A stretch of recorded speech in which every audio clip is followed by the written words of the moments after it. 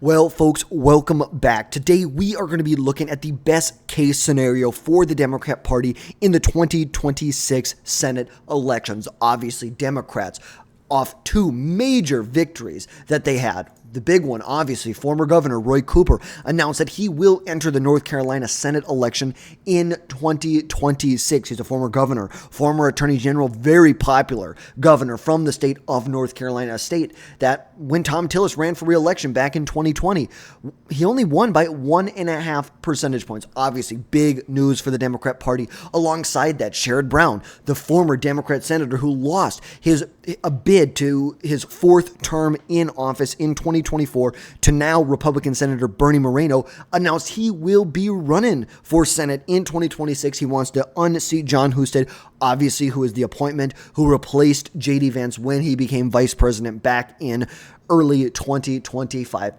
But like I said, today we are going to be looking at the best case scenario for the Democrat Party going into 2026. Now, right now, this is the layout of the map. Democrats have 47 seats to the Republican Party's 53 seats right now. Republicans are stuck defending the vulnerable seats in Maine with Susan Collins, in North Carolina, where Tom Tillis is not running for re-election. Meanwhile, Democrats are stuck defending many more vulnerable seats. Minnesota, where Tina Smith is not running for re-election. Michigan, where Gary Peters is not running for re-election. Georgia, where you have Jon Ossoff, who is the young senator from Georgia, who is considered by most to be the most vulnerable Senate Democrat, even some say the most vulnerable senator up for re-election in 2026. So some big stuff there. Obviously, and then the state of New Hampshire, where you have Jaheen Shaheen, incumbent senator, not running for re-election. You can obviously see a theme here. There are a lot of Democrats who are not running for re-election in 2026. There's a number of Republicans as well, but those are just in safe seats like Alabama, like Kentucky, that we're seeing that. And Tennessee, not really in seats that are competitive like Michigan, like Minnesota, like New Hampshire. But folks, let's dive into the best case scenario for the Democrat Party in 2026. Starting off, we're going to go through, look at all the safe seats for the Republican Party and the Democrat Party. We'll obviously start off with the Democrats right now. In the state of Oregon, we have Jeff Merkley, who is apparently running for re-election in 2026. You have Colorado, John Hickenlooper, obviously elected back in 2021 for the first time. This is his first re-election he will run for in a state that has trended blue, has moved really against the grain relative to the U.S. as a whole. This is a state that was very competitive back in 2016 when Hillary Clinton only lost it by 5 points. Fast forward to 24 when Kamala Harris carried the state by 11 points. Now, yes, Biden did almost carry it by 14 points in 2020, but still, it has moved really, it has doubled its margin for the Democrat Party since 2016. Now, on top of that, you'll have Illinois, where Dick Durbin is not running for re-election, but we expect this will stay safe for the Democrat Party. Along with that, you have the states of Massachusetts, Rhode Island, and Delaware that we believe will all be safe Democrat seats, putting the Democrats at 40 seats. Now, for the Republican Party, they have a lot of safe seats going into the 2026 Senate election. And we will start off on the West Coast and make our way to the East Coast. That will be with Idaho, Wyoming, South Dakota, Oklahoma, Arkansas, Louisiana, basically most of the deep South here. Mississippi, Alabama, where Tommy Tuberville is not running for re-election. He's running for governor. Same thing in Tennessee. Marsha Blackburn not running for re-election in 2026. She's going to run for governor. In Kentucky, you have Mitch McConnell's seat. He is not running for re-election. We'll either see Daniel Cameron or Andy Barr be the Republican nominee in 2026, but we believe this will stay safe in the Republican category, along with West Virginia at this point.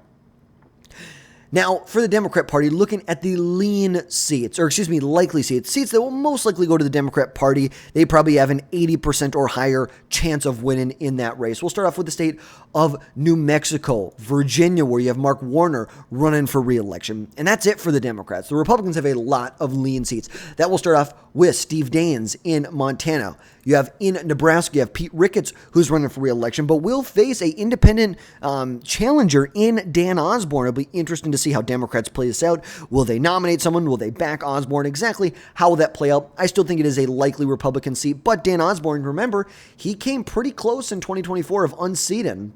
Incumbent Senator Deb Fischer from Nebraska came within 7 points. Look, Ricketts won a special election by 25 points. Fischer came within, Dan Osborne came within 7 points of unseating Deb Fischer. Very, very, very, very crazy stuff going on. You have Kansas, which I believe will be likely. You have Texas. Interesting stuff going on there. Of course, Ken Paxton is challenging incumbent Senator John Cornyn from the right. It appears that Ken Paxton is leading in all the polls. We'll see exactly how or what happens here. I believe, regardless, I think Republicans will win this state. If Ken Paxton is the nominee, and depending on who the Democrat nominee is, and, environmental factors going into 2026, I could see this move to a lean seat in Texas for 2026 if Ken Paxton gets the nomination. But as of right now, Texas will stay in the likely Republican category. Same thing with Florida, where you have your first special election. Ashley Moody, who replaced Marco Rubio, is running to fill or to stay in the Senate for the remainder of Marco Rubio's term. South Carolina, you have Lindsey Graham running for re-election, who just got the endorsement of President Donald Trump within the last about 48 to 72 hours. He received Donald Trump's endorsement. Then, of course, you have Ohio. Obviously, the big one, Sherrod Brown, will challenge incumbent Senator John Husted, who was appointed by Mike DeWine in 2024 to fill the remainder of Vice President J.D. Vance's Senate seat from Ohio.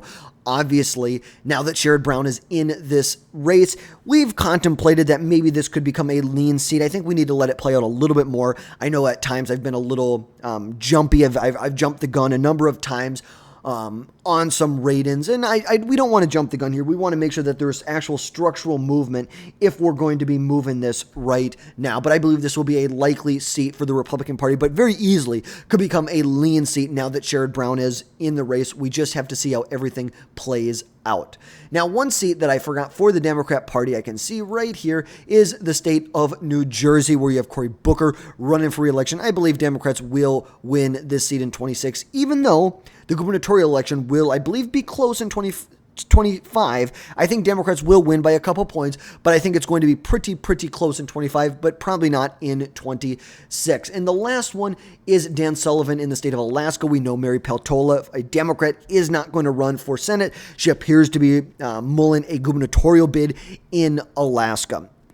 And now that leaves us with roughly 7 seats left: Minnesota, Iowa, Michigan, Georgia, North Carolina, New Hampshire, and the state of Maine. Now let's start with the lean. Democrats have 2 lean seats. That would be the state of Minnesota. We have Tina Smith, who is not running for re-election. It appears either Angie Craig or Peggy Flanagan, the lieutenant governor, will be the nominee. If the lieutenant governor, Peggy Flanagan, gets the nomination, I think it will stay lean. If Angie Craig gets it, there's been a lot of data that goes back and forth. I've seen some data that Angie Craig would be a better statewide opponent, or a better statewide Democrat. She's going to have broader appeal. But I've also heard that maybe Angie Craig isn't, and some data has shown that maybe Angie Craig doesn't have the appeal that some people think she does. Maybe in the 2nd Congressional District she has the appeal, but maybe not statewide. And then that leaves us with the state of New Hampshire. New Hampshire, I believe, will be a lean seat with Chris Pappas. And we're going to come back now for all of these seats. We're going to come back and just talk about the best case scenario for the Democrats. Now, for the Republicans, I believe Iowa will be a likely Republican seat, along with the state of Maine. You have Susan Collins in Maine running for re-election, Joni Ernst running for re-election in Iowa. That leaves us with 3 toss-up states. Right now, I do have North Carolina listed as a tilt blue state. So obviously we're going to have to let this play out, see how everything goes. But now we're going to look at the best case scenario for the Democrat Party here. The best case scenario, when we can talk about Texas, just because I'm making them toss-ups does not mean that I think they're going to flip. These are just ones that I would like to talk about going into the 2026 Senate election. I believe that all of these, I'm very confident in my predictions for all of these right here, leaving 11 toss-up states. And we're going to start off with the most unlikely states that could flip for the Democrats, go towards the Democrats, but then we're going to work our way towards really the ones that we really want to talk about, like the state of Georgia, like North Carolina, like Ohio. We'll start off in the state of Alaska.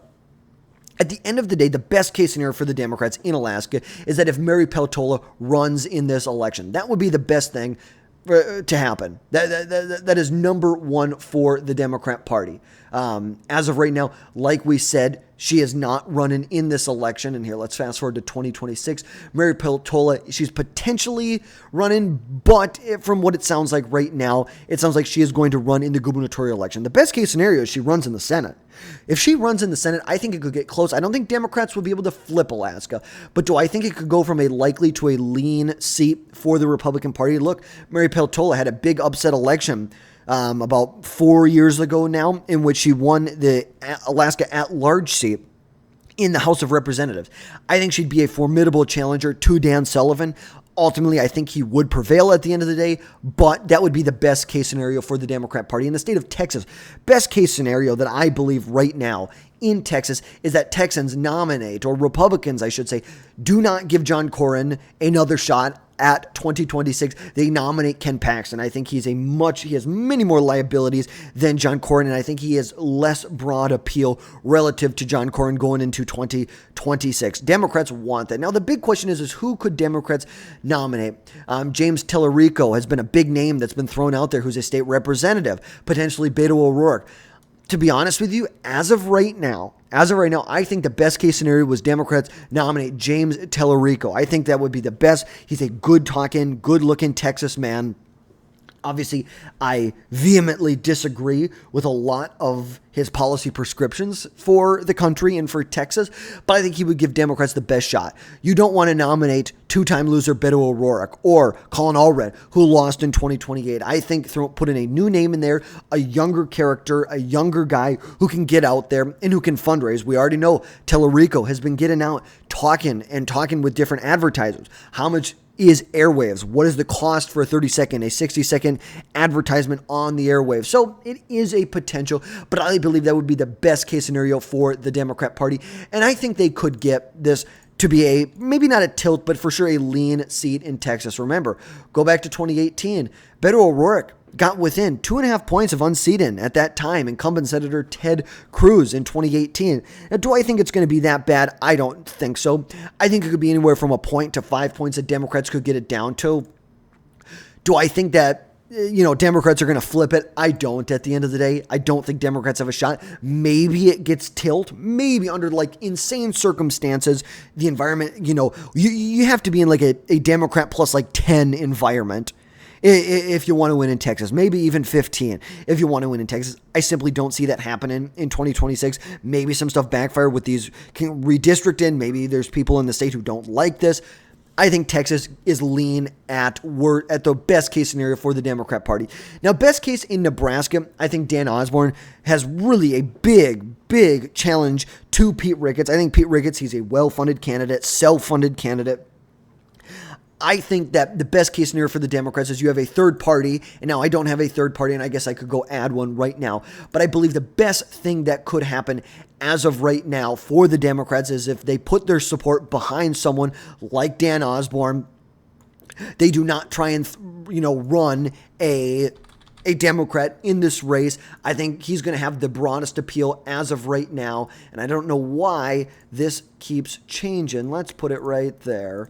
Let's add that color. And so I believe the best thing, Democrats come pretty close, or I should say independents come close in the state. Do they win? I don't know. I don't think so. I think worst case scenario for the Republican Party, best case for Democrats, is they come within a point or two of defeating Pete Ricketts in 2026. But remember, this is just the best case scenario. This is not what I believe is going to happen. Now in Iowa, worst case or best case scenario for the Democrat Party, I think Joni Ernst does not run for re-election. You see, J.D. Scholten is running in 2026 to be the Democrat nominee. I think if they nominate J.D. Scholten, I think he would be the best. You factor that in with the fact that Rob Sands will be the Democrat gubernatorial candidate in 2026. You have two big Democrats in the state at the top of the ballot. I think that Democrats' best case scenario, they probably come within, I say, a point of winning the state of Iowa. I don't think they win at the end of the day. Maybe if Joni Ernst isn't in the election, maybe they win it by a point, but unlikely as of right now. I think worst case scenario for Republicans, best for Democrats, they come within a point. Best case scenario for Democrats in the state of Minnesota, Republicans nominate Royce White, and I think it's hard to say. I think Republicans nominate Royce White, and this is instantly a likely Democrat seat going into 2026, whether it's Angie Craig or Peggy Flanagan. I don't know. It's hard to tell. I'd like to say that Angie Craig would have better appeal, would probably do better, but I don't know. Maybe Peggy Flanagan would surprise us in this election. Best case scenario, the Republicans nominate Royce White. Democrats, it's a likely seat.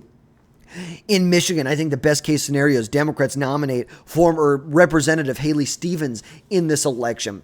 They nominate her and fundraise and pour a shit ton of money into this race. I believe Democrats, with a good environment for them, can win this seat and win it by a decent margin. I think they could win it by, up to 5 percentage points in 2026.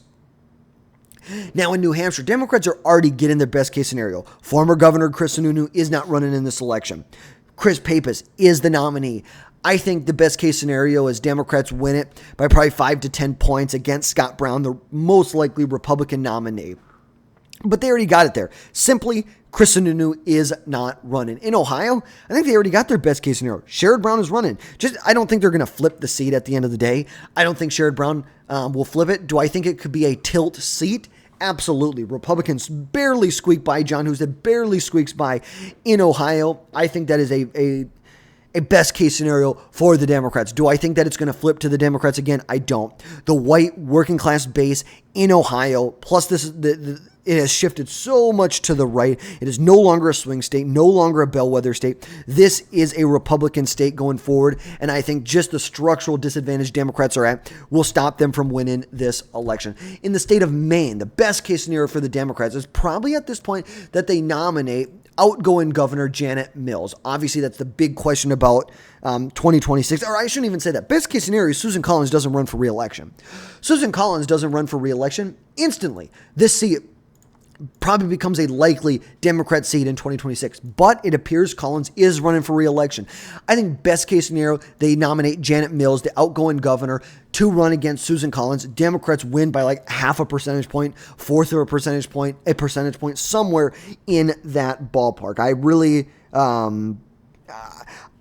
I have a hard time seeing Democrats winning this seat in 2026 without Janet Mills. It appears that she is the most formidable candidate. We already know both congressman and woman from the state said they're not going to run in this election. And look, Susan Collins is a formidable candidate.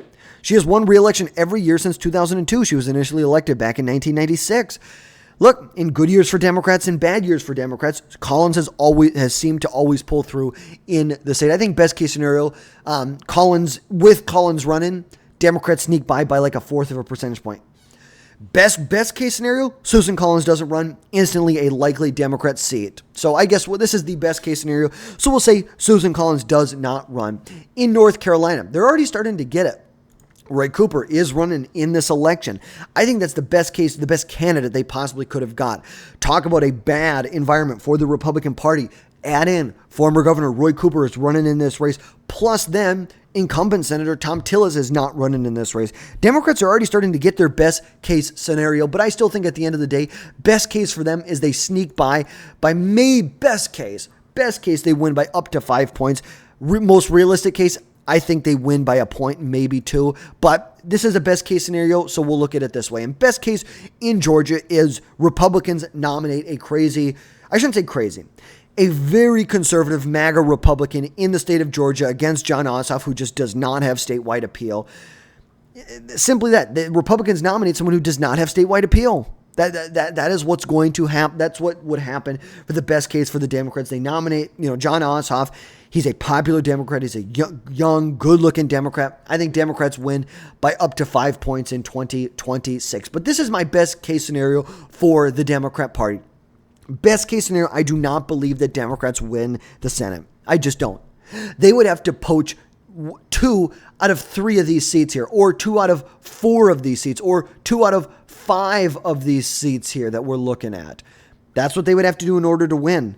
Even in the best case scenario, I do not believe they will win. But folks, that is going to wrap things up for today. As always, drop down below. Let me know your thoughts down in the comments. What do you think? What do you think the best case scenario for the Democrat Party is at the end of the day? But that's going to wrap things up for today, folks. Drop down below. Hit that subscribe button. Make sure you never miss another video from us again in the future. And folks, we will catch you next time.